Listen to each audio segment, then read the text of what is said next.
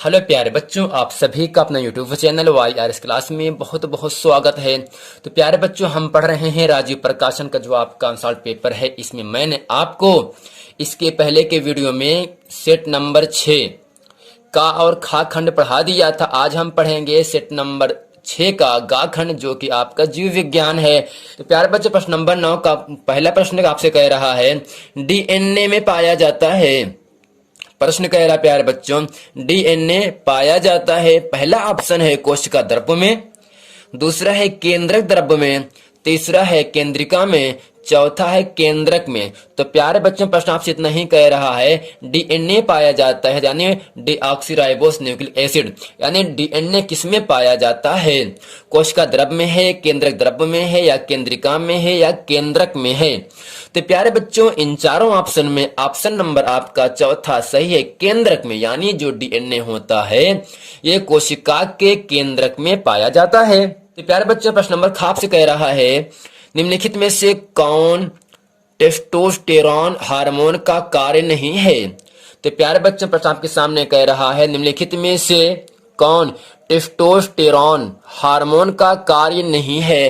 पहला ऑप्शन आपके सामने है लड़कों में यौनावस्था के लक्षणों का नियंत्रण, दूसरा है शुक्राणुओं के उत्पादन का नियंत्रण, तीसरा है हड्डियों और पेशियों का विकास, चौथा है शरीर वृद्धि के लिए उपापचय का नियमन। तो प्यारे बच्चों, इन चारों ऑप्शन में ऑप्शन नंबर आपका चौथा सही है, शरीर वृद्धि के लिए उपापचय का नियमन, जो कि टेस्टोस्टेरॉन हार्मोन का कारण नहीं होता है। जबकि लड़कों में यौनावस्था के लक्षणों का नियंत्रण करना, शुक्राणुओं के उत्पादन के नियंत्रण करना और हड्डियों और पेशियों का विकास, ये क्या करता है? टेस्टोस्टेरॉन हार्मोन करता है, जबकि शरीर वृद्धि के लिए उपापचय का नियमन नहीं करता है। तो प्यारे बच्चों, प्रश्न नंबर का प्रश्न आपके सामने कह रहा है पौधों में जाइलम उत्तरदायी है। पौधों में जाइलम उत्तरदायी है। पहला ऑप्शन है भोजन के वहन हेतु, दूसरा है ऑक्सीजन के वहन हेतु, तीसरा है जल के वहन हेतु, चौथा है उत्सर्जीय पदार्थों के वहन हेतु। तो प्यारे बच्चों, पादपों का मतलब पेड़ पौधे, यानी पेड़ पौधों में जाइलम उत्तरदायी है भोजन के वहन के लिए, ऑक्सीजन के वहन के लिए, या जल के वहन के लिए, या उत्सर्जीय वहनों के लिए। तो प्यारे बच्चों, इन चारों ऑप्शन में ऑप्शन नंबर आपका तीसरा सही है, जल के वहन हेतु। यानी जो पादप में जाइलम उत्तरदायी होता है, जो आपका पेड़ पौधा, जो आपका जाइलम उसमें जो पाया जाता है, उसका जो मुख्य कार्य होता है वो क्या करता है? जल के वहन करता है। जल का क्या करता है? वहन करता है, जो कि इन चारों ऑप्शन में ऑप्शन नंबर आपका तीसरा सही है। डार्विन के अनुसार नई प्रजातियों की उत्पत्ति होती है। डार्विन के अनुसार नई प्रजातियों की उत्पत्ति होती है। पहला ऑप्शन आपके सामने है प्राकृतिक वर्ण से, दूसरा है उत्परिवर्तन से, तीसरा है परसंकरण से, चौथा है उपार्जित लक्षणों से। वो इन चारों ऑप्शन में ऑप्शन नंबर आपका पहला सही है, प्राकृतिक वर्ण से। यानी डार्विन के अनुसार जो नई प्रजातियां उत्पन्न होती हैं वो किस पर होता है? आपका प्राकृतिक वर्ण से होता है, जो कि इन चारों ऑप्शन में ऑप्शन नंबर आपका पहला सही है। प्यारे बच्चे, प्रश्न नंबर 10 का प्रश्न आपसे कह रहा है जीवाश्म किसे कहते हैं? जीवाश्म कितने पुराने हैं? इसका आकलन किस प्रकार करते हैं?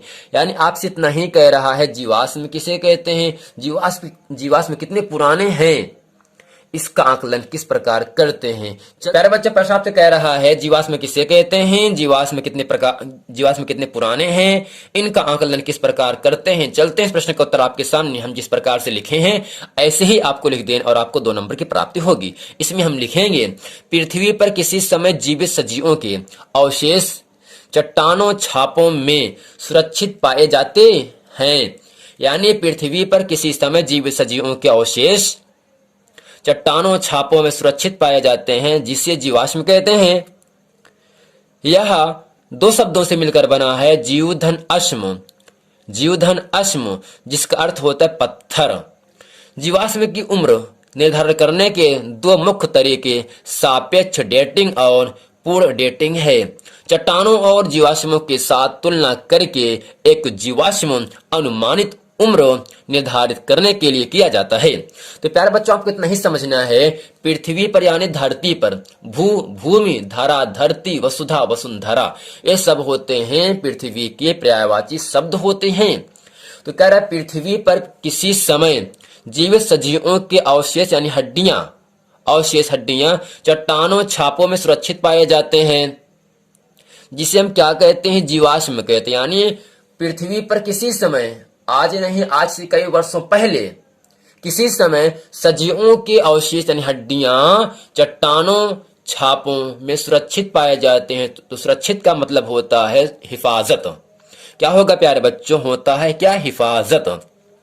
यानी पृथ्वी पर किसी समय जीवित सजीवों के अवशेष चट्टानों, छापों में सुरक्षित पाए जाते हैं, जिसे क्या कहते हैं, जीवाश्म कहते हैं। यह दो शब्दों जीवधन अस्म से मिलकर बना होता है, जिसका अर्थ होता है पत्थर।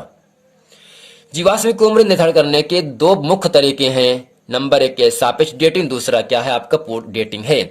चट्टानों और जीवाश्मों के साथ तुलना करके एक जीवाश्म अनुमानित उम्र निर्धारित करने के लिए किया जाता है। तो प्यारे बच्चों, उम्मीद करते हैं जीवाश्म किसे कहते हैं इसको आपको अच्छे तरीके से समझ में आ गया है। तो प्यारे बच्चों, प्रश्न नंबर 10 का खा पाठ आपसे कह रहा है, डीएनए का पूरा नाम लिखिए या प्रोटीन संश्लेषण कैसे करता है। प्यारे बच्चों, प्रश्न आपके सामने कह रहा है डीएनए का पूरा नाम लिखना है या प्रोटीन संश्लेषण कैसे करता है। तो इसका उत्तर आपके सामने है। तो इसमें हम लिखेंगे डीएनए का पूरा नाम डीऑक्सीराइबो न्यूक्लिक अम्ल।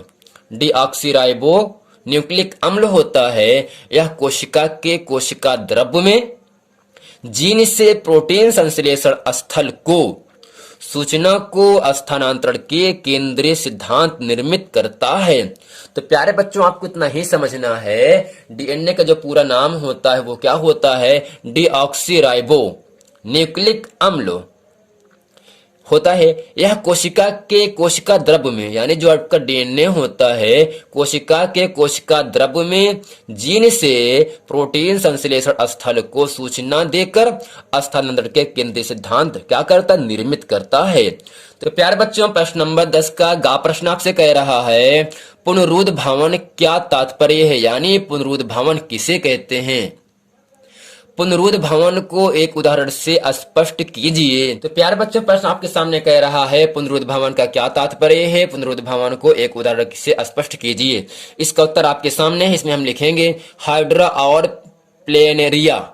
हाइड्रा और प्लेनेरिया जैसे सरल प्राणियों को यदि कई टुकड़ों में काट दिया जाए तो प्रत्येक टुकड़े विकसित होकर पूर्ण जीव का निर्माण करते हैं। यह प्रक्रिया पुनरुद्भावन कहलाती है। यानी इसका एग्जाम्पल क्या होगा, हाइड्रा एवं प्लेनेरिया। हाइड्रा एवं प्लेनेरिया यानी हाइड्रा एवं प्लेनेरिया जैसे सरल प्राणियों को यदि कई टुकड़ों में बांट दिया जाए, खंडित कर दिया जाए, अलग कर दिया जाए, तो प्रत्येक खंडित भाग विकसित होकर बड़े होकर पूर्ण जीव का निर्माण करते हैं, जिसे क्या कहते हैं, पुनरुद्भावन कहते हैं। तो प्यारे बच्चों, उम्मीद करते हैं सेट नंबर 6 का जो अंतिम खंड है, खंड का जीव विज्ञान, यह पूरा प्रश्न वीडियो जो बहुविकल्पी और अतिलोकोत्तरी जितने प्रश्न मैंने आपको बताया, वो सभी प्रश्न आपको अच्छे तरीके से समझ में आया है। यदि प्यारे बच्चों ये वीडियो आपको समझ में आया है तो वीडियो को लाइक करें, कमेंट करें, सब्सक्राइब जरूर करें, ताकि आने वाला वीडियो आप तक आसानी से पहुंचता रहे। मिलते हैं अगले वीडियो में, तब तक के लिए थैंक यू।